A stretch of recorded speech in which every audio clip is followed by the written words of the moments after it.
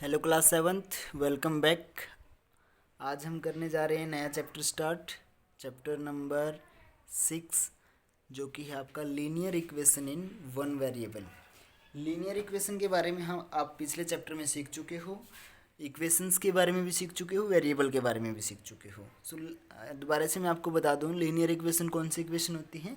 ऐसी इक्वेशंस जिनकी डिग्री या फिर जो पोलिनोमियल का हमने जिक्र किया था, जहाँ पर भाई कुछ पोलिनोमियल्स थे ना जो डिग्री के बेस पे आपने जिक्र किया था।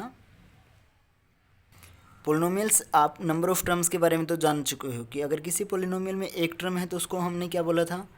मोनोनोमियल्स। दो हैं तो बाइनोमियल्स, तीन हैं तो ट्राइनोमियल्स। अब अगर डिग्री के बेस पे पढ़ते हैं, जब किसी भी पोलिनोमियल की अगर डिग्री यानी कि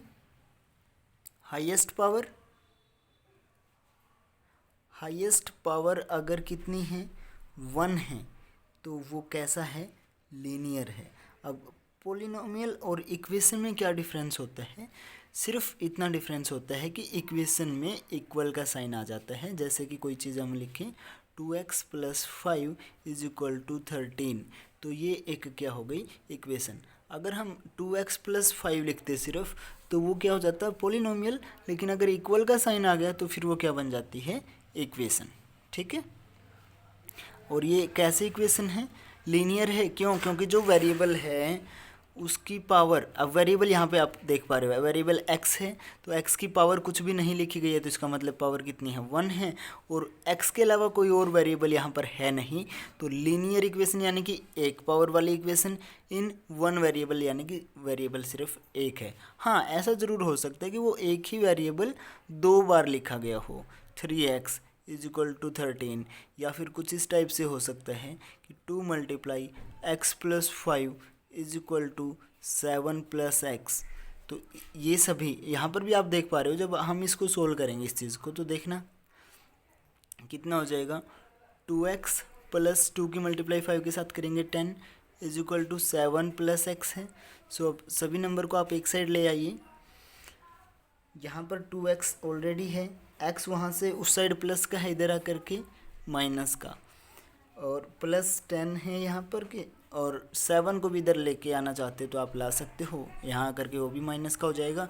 इक्वल में अब कुछ भी नहीं बचा, सारी चीज़ें हम ले आए हैं, तो इसका मतलब वहाँ पर क्या बच गया? 0। सो 0। अब इसको आप सोल्व करोगे, 2x - x कितना आ जाएगा? अकेला x बचेगा, +10 - 7 3, तो x + 3 = 0। ये भी क्या बन गया? एक इक्वेशन ही तो है। वेरिएबल कितना है? एक है। पावर कितनी है? वो भी एक है। तो linear equation in one variable. ठीक है। मैं आपको बता दूं, जहाँ पे किसी भी वेरिएबल की पावर अगर 2 आ जाएगी तो वो इक्वेशन कैसी हो जाएगी? Quadratic equation. और अगर पावर 3 है तो वो क्या हो जाएगी? Cubic equation. लेकिन हम इस चैप्टर में सिर्फ लीनियर इक्वेशन के बारे में डिस्कशन करने वाले हैं, और आज हम सीखेंगे कि किन्हीं भी लीनियर इक्वेशंस का सॉल्यूशन कैसे किया जाता है। तो सबसे पहला हम जो क्वेश्चन से ही शुरुआत कर लेते हैं। आपकी 6A एक्सरसाइज का वेरी फर्स्ट जो क्वेश्चन है वो क्या है?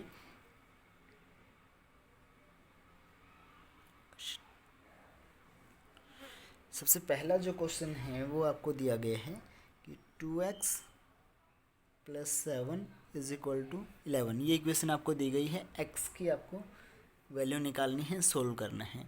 तो देखिएगा, वैसे तो आपको मतलब आप अभी तक करते आए हो, पिछली क्लासेज में भी आपने सीखा है इक्वेशंस के बारे में कि यहाँ पे 7 प्लस में है, उधर जा कर के माइनस में हो जाएगा।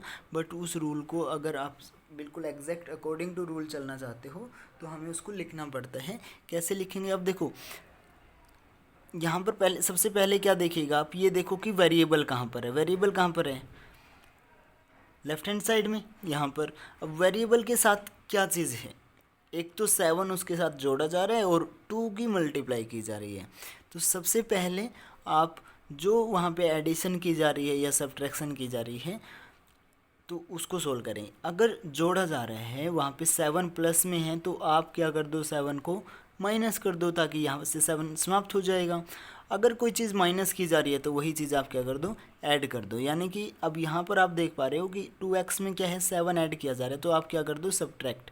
ऐड अगर वो कर रहे हैं तो आप सब्ट्रैक्ट, तो आप क्या लिखो, बाई सब्ट्रैक्टिंग, कितना सब्ट्रैक्ट करना है आपको, 7। कहाँ से, अब इक्वेशन है तो दोनों राइट हैंड साइड और लेफ्ट हैंड साइड दोनों से करना पड़ेगा, फ्रॉम बोथ साइड, दोनों साइड से 7 सब्ट्रैक्ट करोगे तो देखना इम्प्लाइज का साइन आ जाता है। एक और चीज़ आप सीखिएगा, जब भी आप किसी इक्वेशन को सोल्व करते हो तो वहाँ पे, वैसे हम मैथ के क्वेश्चन में क्या करते हैं, इक्वल का साइन रखते हैं नेक्स्ट स्टेप के लिए, बट इक्वेशन को सोल्व करते समय इम्प्लाइज का साइन आएगा और ये बहुत ज़रूरी है आपको लगाना, ठीक है। सो अब जो इक्वेशन दी गई है उसकी दोनों साइड में क्या कीजिए, 7 वहाँ से सब्ट्रैक्ट कर दो।